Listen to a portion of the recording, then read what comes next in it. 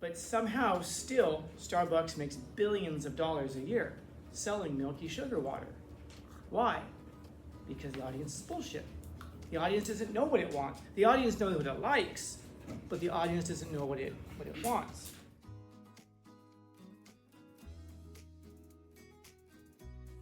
Back in I think it was the early 80s, I think it was. You guys know Ragu, the spaghetti sauce company? Yeah. Okay. Ragu owns something like 90% of the spaghetti sauce market in the United States. There was a newer company called Prego. Have you guys seen Prego on the shows? Okay. So Prego hired this guy named Bob Moskowitz to redesign their spaghetti sauce. The whole hope was create something that can compete with Ragu. So Moskowitz decided the best way to find out what people wanted was to bring people in. Ask them, what kind of a spaghetti sauce do you want? People were describing it. They wanted it to be rich and puree, blah, blah, blah. So he would go to his lab. He's a chemist. Go to his lab, create the spaghetti sauce, and then he would do a taste test, comparing the new Prego against Ragu. The first time they did this taste test, everybody chose Ragu. So he asks again, what kind of sauce do you want? People tell him again. He goes back to his lab, he creates it, and he gets it closer and closer and closer to what they say that they want. Every time he creates the sauce and he gets it closer and closer and closer to what people say they want, it gets farther and farther and farther away from Ragu. In other words, Ragu is always winning the taste tests, even though people are saying, we want it to taste like this. So finally, one day he just says, screw it. And he creates a spaghetti sauce that's the complete opposite of Ragu. If you guys ever buy Prego, you'll see it today. It's just like, I call it a bunch of shit sauce. It's a marinara sauce, but it's got like chopped up green peppers, chopped up onions, chopped up this, chopped up that. Like the guy was just angry going through his kitchen, just, well, put that in there, put that in there. And then he gives it to people, and guess what? People loved it. It finally was beating Ragu in taste tests. So why is it that when you gave people what they wanted, they didn't like it? But then when you gave people something that they didn't even ask for, they really, really enjoyed it. And that's because there's a really important lesson in life, which is the audience is bullshit. The audience doesn't know what it wants. If you ask people, what kind of coffee do you want? People will say, oh, it's gonna be a bold, rich flavor. But okay, do you want milky sugar water? No. I want it to taste like blah, blah. But somehow still Starbucks makes billions of dollars a year selling milky sugar water. Why? Because the audience is bullshit. The audience doesn't know what it wants. The audience knows what it likes, but the audience doesn't know what it wants. Kind of relates to what Camilla was saying, that we don't necessarily know what it is that we want. Do you want somebody who's confident? Yes, but then if the person's too confident, it's like, I don't want to be that confident though. Do you want someone who's going to be, do you want somebody who is like passive and, do you want a guy who's like really in touch with his feelings and will talk to you about your feelings? Yes. And then what happens once you get him? You realize he's a giant pussy and you don't want that person anymore. Yeah, I know. It's okay, John. We'll get you through this, man. You might say you want a guy with one eyebrow and a big nose, but in reality, you might even say you want someone who's alive. Perhaps. And you find yourself on a New York subway.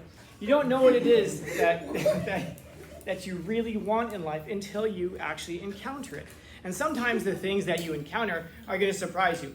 You'll never have even guessed that you would like it. You look at someone like, example I like to use, Mike Tyson.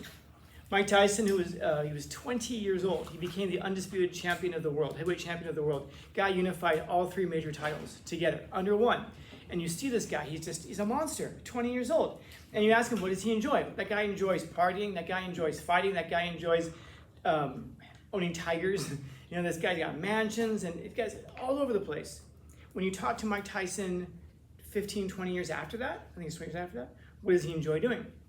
He raises pigeons. Now, if you'd gone to 20-year-old Mike Tyson and said, hey man, raise pigeons, you'll find happiness this way, you'll really enjoy it. He'd be like, what are you talking about? Pigeon? No way. The guy would never enjoy it until he actually did it. And then once he did it, then it's like, oh yeah, I guess it is kind of all right. So the way that you find the things that you love is by experiencing lots of things in life. You go and you try something, you go, oh, don't like that. Ooh, I do like that. Don't like that. I like this spaghetti sauce. I like that coffee. Because the audience is bullshit. The audience doesn't know what it wants until it encounters the thing that it wants. And the things that we say we want them because they sound ideal in our minds, but they don't play out that way. It's great to have a person who sits there and talks about their feelings, we think, because that's what it is that we want to do. But then once you get that person, you realize, like, wow, this guy, all he does is talk about feelings. He's always sad. He's always hurt. He's always complaining about his boss. Do you want somebody who's always complaining, or do you want somebody who's actually out doing things? And what do you want out of somebody? I don't know, somebody who makes me laugh and someone who, can protect me. So you want a clown ninja? Yes. And smart. So you want to build a bear. You can find people like that. People who are smart, people who can protect you, people who can make you laugh. But of course, they're unicorns. They exist here and there. And it's something perhaps to strive towards, to become. But oftentimes what it is that we're really looking for is a completion. If you're a person who likes to sit there and talk about your feelings, then maybe you want someone who will sit there and listen to you talk about your feelings for a while, because it's nice to be heard. And it's not because they want to cry with you about work or friends or whatever. It's that the person cares enough about you to take an interest in the things that are important to you, which means to take an interest in you. That's all it is. It's something that completes, that fulfills, to make a whole. So changing a person, oftentimes we think, well, if I can change a person to suit me, but what suits you is not necessarily what lives in harmony with you. Oftentimes what suits you are the things that make you better, make you sharper. If you want somebody who's going to refine you, make you better, make you sharper, well, then you need somebody who's going to challenge you. Not over every single thing. That's just a combative personality.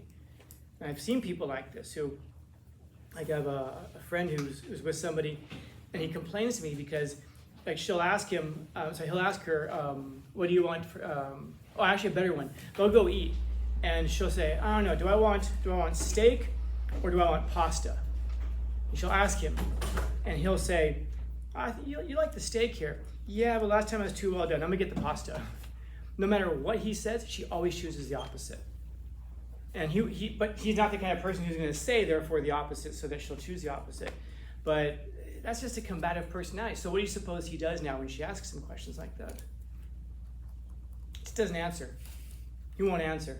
And then when he pointed it out to her and just said, every time I tell you, you always choose the opposite. Then, of course, she didn't even realize it, turns out, until he pointed it out. So I don't know if he still does that or not, but this was, a little bit ago. The point is that we want someone who's going to complete us, somebody who's going to do this, somebody who's going to do that, but you can't just assemble a human being. And if you lose one part, you gain another part. If you gain one part, you lose another part. Last period, somebody was saying that she wanted somebody who would pay attention to the details. Okay, so you get somebody who finally pays attention to the details. Now what happens? Well, that person, if they pay attention to too many details, you feel like you're under the microscope. Oh, when did your shoes get scuffed? What happened? It starts to feel like you're being studied. Somebody else mentioned somebody who texts back, who actually messages you back. Now, I was saying, this is interesting. So you want somebody to pay attention? I pay attention very closely to details. That's a big part of being interested in somebody. You have to know how they like their cheeseburger. That's the ultimate expression, right? You know how they like their food. But knowing details can be different from messaging back, or the same kind of traits. So for example, I was telling them that about a month ago, I responded to a message I hadn't responded to in quite a while. The message that someone sent me was, hey Scott, how you been, blah, blah, blah. So what do you think about the riots that are going on? When were the riots going on? Anybody remember? What's that? 2020. I got back to them a month ago. Now, what kind of an answer did they get? Oh, it was 5 pages in Microsoft Word. It was a long explanation, a long answer. So you'll get those details from me, but it's going to take you a little while to get it. It won't usually take you 4 years to get it. That's a bit extreme.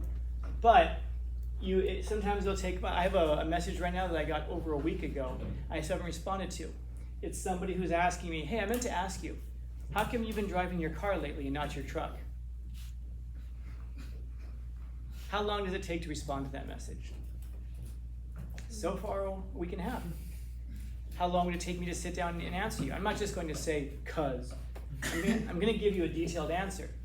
It's gonna have specifics, be attention to detail, but it's gonna take a while. And people are like this. You could tell the person, I want you to message back faster. Okay, but you won't get as many details. Some of you understand this.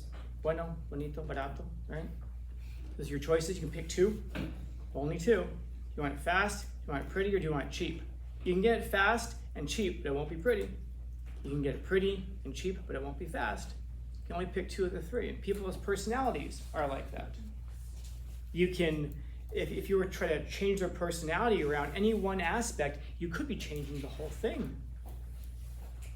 It was you guys, right? I mentioned the SpongeBob hoodie at the funeral. Yeah.